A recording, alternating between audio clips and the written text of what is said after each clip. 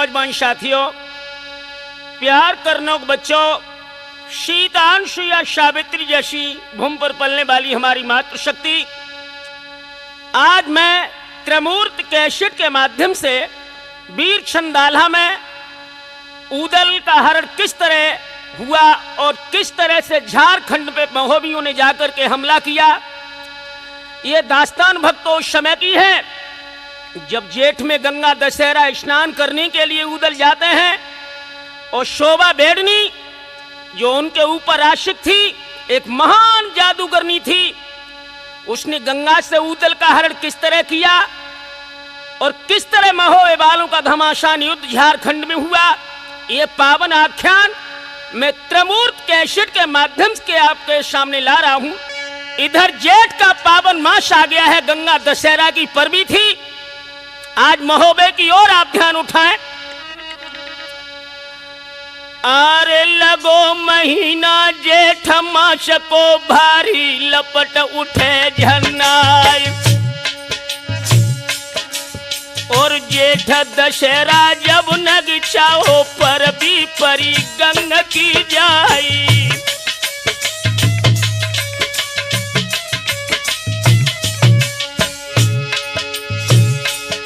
सोया भी आई गई है मछला को जो थी मंडली के किनारे,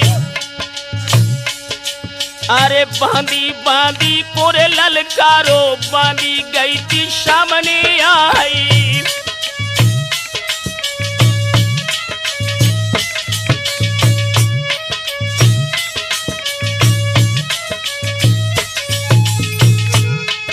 बोली है मछला, हरने को चली जा तू बन लालो और ऊदल को लाइए बुलाई गई।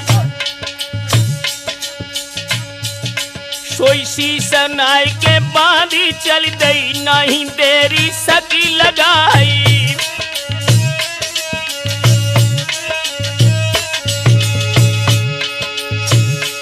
अरे एक घड़ी को यार शाबू जरो बांधी गई कचेरी ढाई। चादर हरी हती रे गोरी की घूंघट ऊपर लो तो घारी।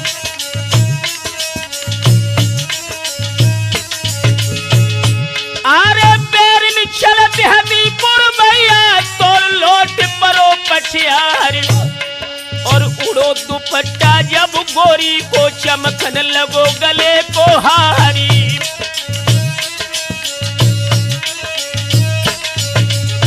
दोस्तों, आरे लगी कचहरी मंडलिक की भरमा भूत लगो दरबार और बड़े बड़े या छत्री बैठे बैठे बड़े बड़े सरदारी।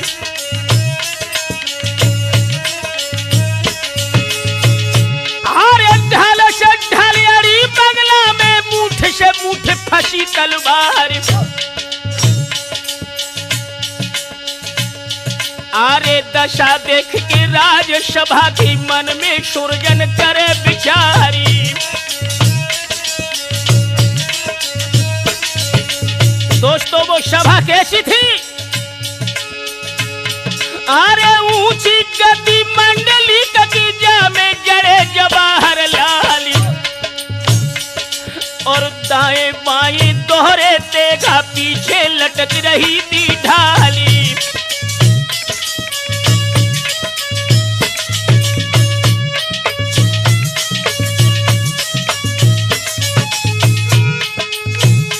आरे सिंह की बैठक छत्री बैठे टुहना नग्न धरे तलवार और ढाल पड़ी है सबके कंधन फेंटा घुर से छुरी कटारी।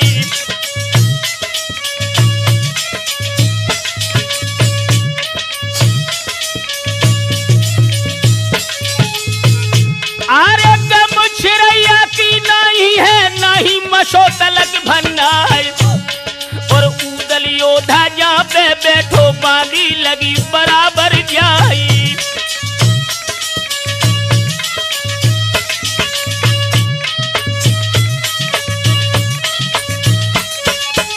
दोस्तों, सभा में आला ऊदल दोनों भाई बैठे थे तब तक बांदी सामने आ गई, ऊदल की ओर संकेत करके कहा,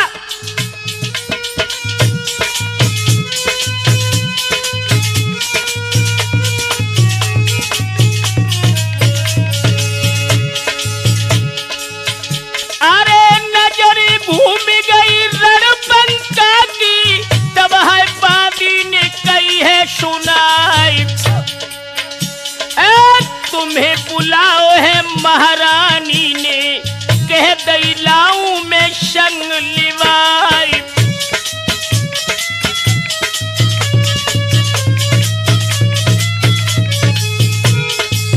अरे उठो है भेदुला कोरे चढ़ भैया, मानो सिंहरे बनी को जाए,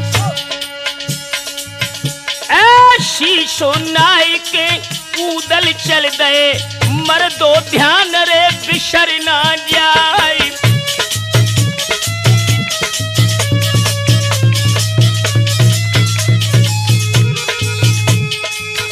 अरे बढ़िया झूठा है मरकत आवे, खटकत जाती है ढाल तलवार, नामी योद्धा है गढ़ महुबे को, दुश्मन देखत खावे पछारी।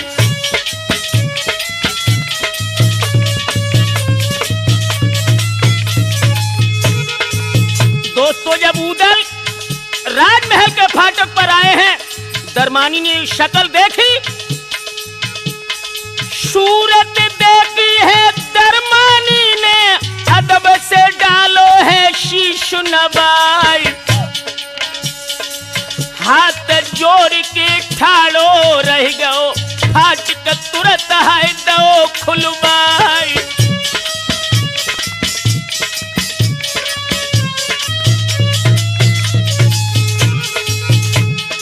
यहाँ पर बैठी थी मछला भाभी, ऊदल गए थे के सामने आई, दे परिक्रमा रानी मछला को, सिर धर दो तो चरण पे ये जाए।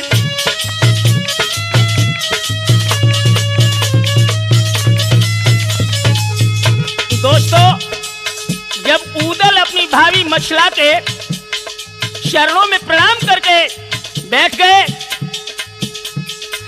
गोदी मछला ने रे बैठाओ, लागी कहने तो पीठ शहराई,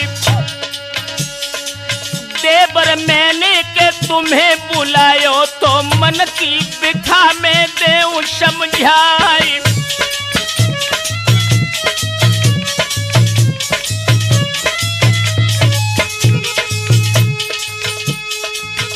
अरे नित्य नहावे जो गंगा जी को, तर पे पुंठरे धाम को जाए, पाप नसाई जाए सब ताके, जो कोई परबी को लेवे नहाई।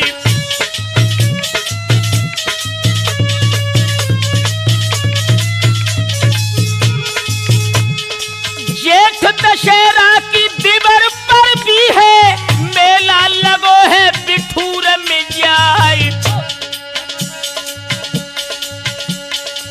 दिल की इच्छा दिवर मेरी है, कि हम गंगा को आवे नहाई।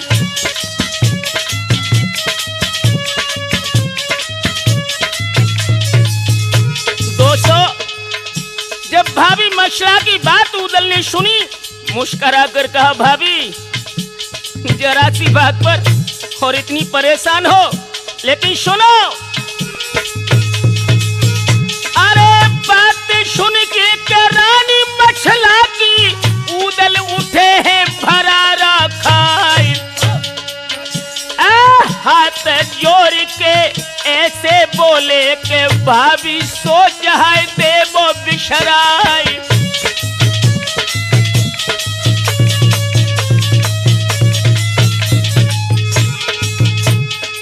बात तो हमारी के इतनी मानो, जब तक जियत है उदय सिंह राय, पेट में दुख है एक मत रखियो, लीजो सब अरमा